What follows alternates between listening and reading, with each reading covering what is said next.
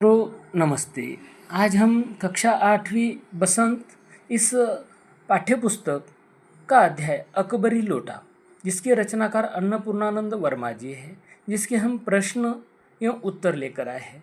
बच्चों, questions and answers आपके लिए जो बेहद ही सटीक है तथा आप लिखते समय इसमें आप अपनी भाषा का भी प्रयोग कर सकते हैं। तो देखते हैं सटीक प्रश्न उत्तर। कहानी की बात में पहला प्रश्न। लाला ने लोटा ले लिया, बोले कुछ नहीं, अपनी पत्नी का अदब मानते थे। लाला झाऊलाल को बेढंगा लोटा बिल्कुल पसंद नहीं था, फिर भी उन्होंने चुपचाप लोटा ले लिया। आपके विचार से वे चुप क्यों रहे? अपने विचार लिखिए। उत्तर। लाला झाऊलाल को बेढंगा लोटा बिल्कुल पसंद नहीं था, फिर भी उन्होंने चुपचाप लोटा ले लिया क्योंकि वे अपनी पत्नी का अदब मानते थे। इसके अतिरिक्त उन्होंने सोचा कि अभी तो लोटे में पानी मिला है, यदि चूँ कर दूं तो कहीं बाल्टी में भोजन ना करना पड़े। यही सोचकर उन्होंने चुप रहना ही बेहतर समझा। देखो छात्रों, जो अदब के कारण और वो लोटा जो बेढंगा था, जो बेतरतीब था, इसी कारण उसे पीछा छुड़ाना चाहते थे उस लोटे से। तो यहाँ पर इस प्रश्न में आप आसानी से एक समझ गए होंगे और बेहद ही सरल एवं सटीक है। आप ज़रूर इसे पढ़ें तथा लिखें। जो लोटा और उसके लिए किया हुआ यह प्रश्न अगला देखो। लाला झाऊलाल ने फौरन दो और दो जोड़कर स्थिति को समझ लिया। आपके विचार से लाला झाऊलाल ने कौन कौन सी बातें समझ ली होगी? उत्तर। लोटा गिरने पर गली में मचे शोर को सुनकर भारी भीड़ लाला झाऊलाल के आंगन में घुस आई। एक अंग्रेज को भीगे हुए तथा पैर सहलाते हुए देखकर वे समझ गए कि स्थिति गंभीर है और इस समय उनका चुप रहना ही ठीक है। 3. अंग्रेज के सामने बिलवासी जी ने झाऊलाल को पहचानने तक से क्यों इनकार कर दिया था? आपके विचार से बिलवासी जी ऐसा अजीब व्यवहार क्यों कर रहे थे? स्पष्ट कीजिए। उत्तर देखिए छात्रों।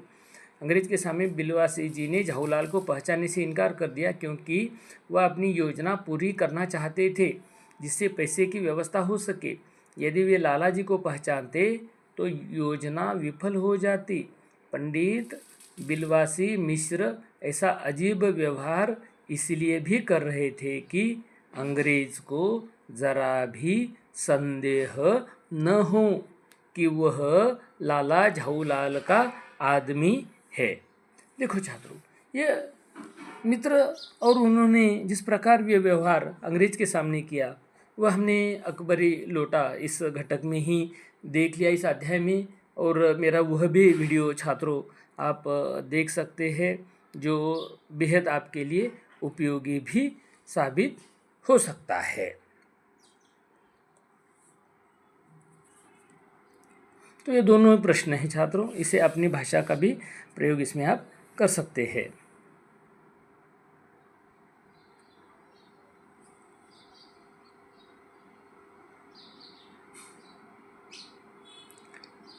देखते हैं छात्रों अगला सवाल। बिलवासी जी ने रुपयों का प्रबंध कहाँ से किया था? लिखिए। उत्तर।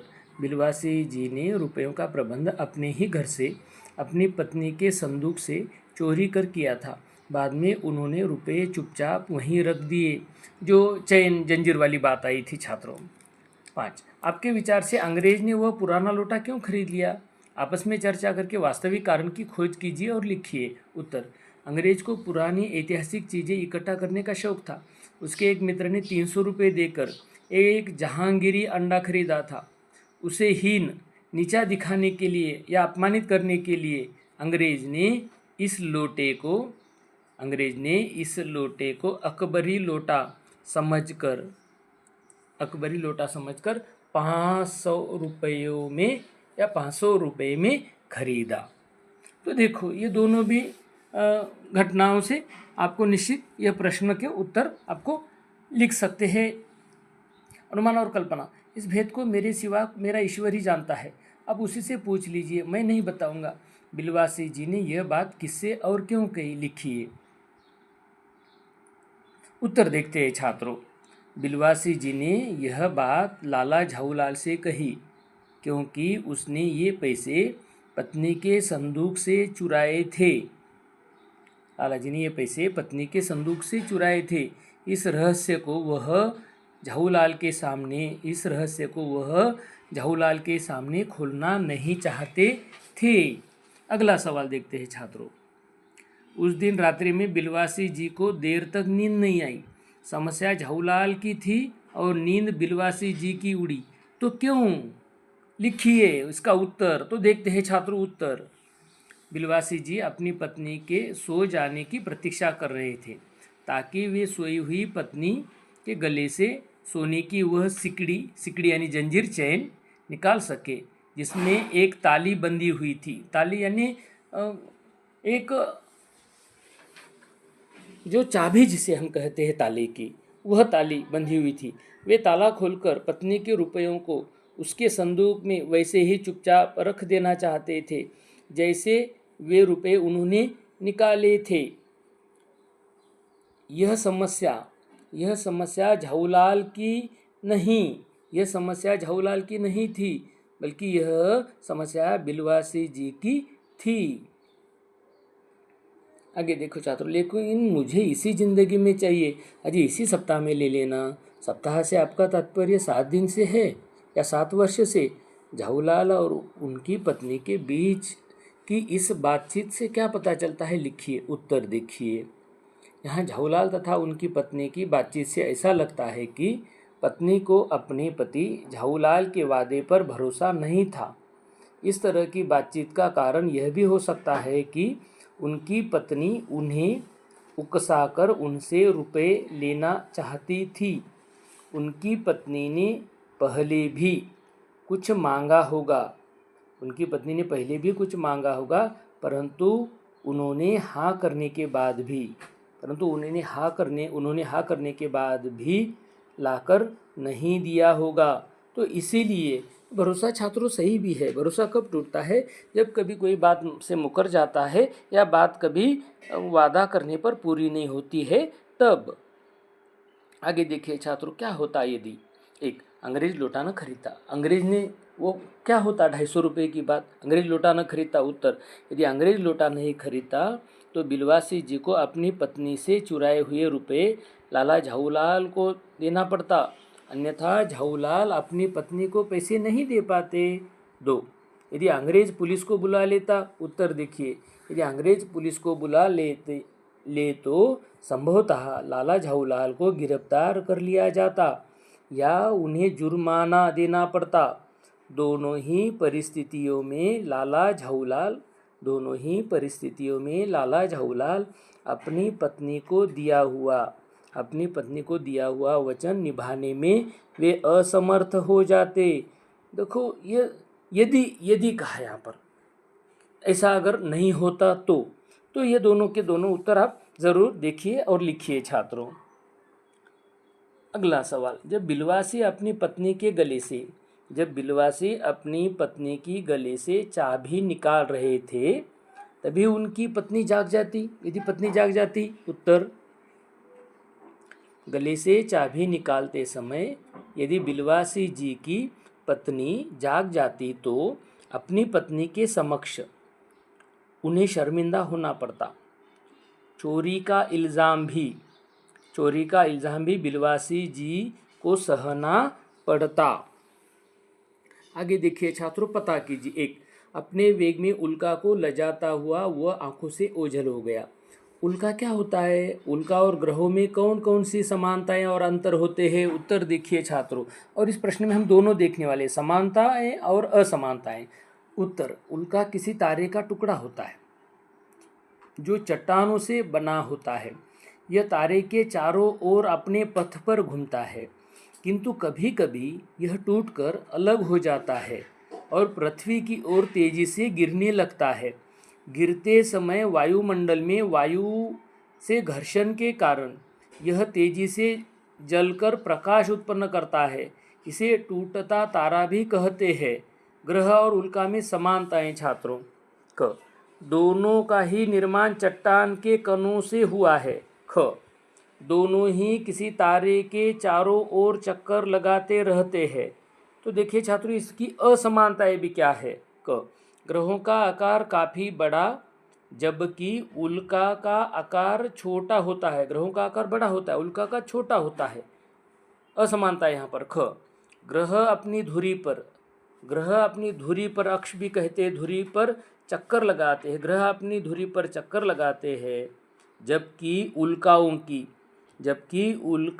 की कोई निश्चित धुरी नहीं होती है। आगे देखिए छात्रों, इस कहानी में आपने दो चीज़ों के बारे में मज़ेदार कहानियाँ पढ़ी, अकबरी लोटे की कहानी और जहांगीरी अंडे की कहानी। आपके विचार से यह कहानियाँ सच्ची है या काल्पनिक? आपके विचार से आप बताओ छात्रों कि ये आपके विचार से ये कहानी सच्ची है या काल्पनिक है। उत्तर तो आपको भी पता है, यह दोनों कहानियाँ काल्पनिक लगती है, नहीं काल्पनिक ही है। यहाँ पर पूरी तरह से कोई ऐसी वास्तव में ऐसी कभी कोई घटना होती भी है तब इस तरह से, लेकिन ये पूरी की पूरी कहानी, दोनों ही कहानियाँ यहाँ पर काल्पनिक है। आगे देखते हैं छात्रों, बिलवासी जी ने जिस तरीके से रुपयों का प्रबंध किया वह सही था या गलत? उत्तर देखिए छात्रों, बिलवासी जी ने रुपयों का इंतजाम दो तरीकों से किया था। बिलवासी जी ने अपनी पत्नी के संदूक से चोरी करके रुपयों का प्रबंध किया।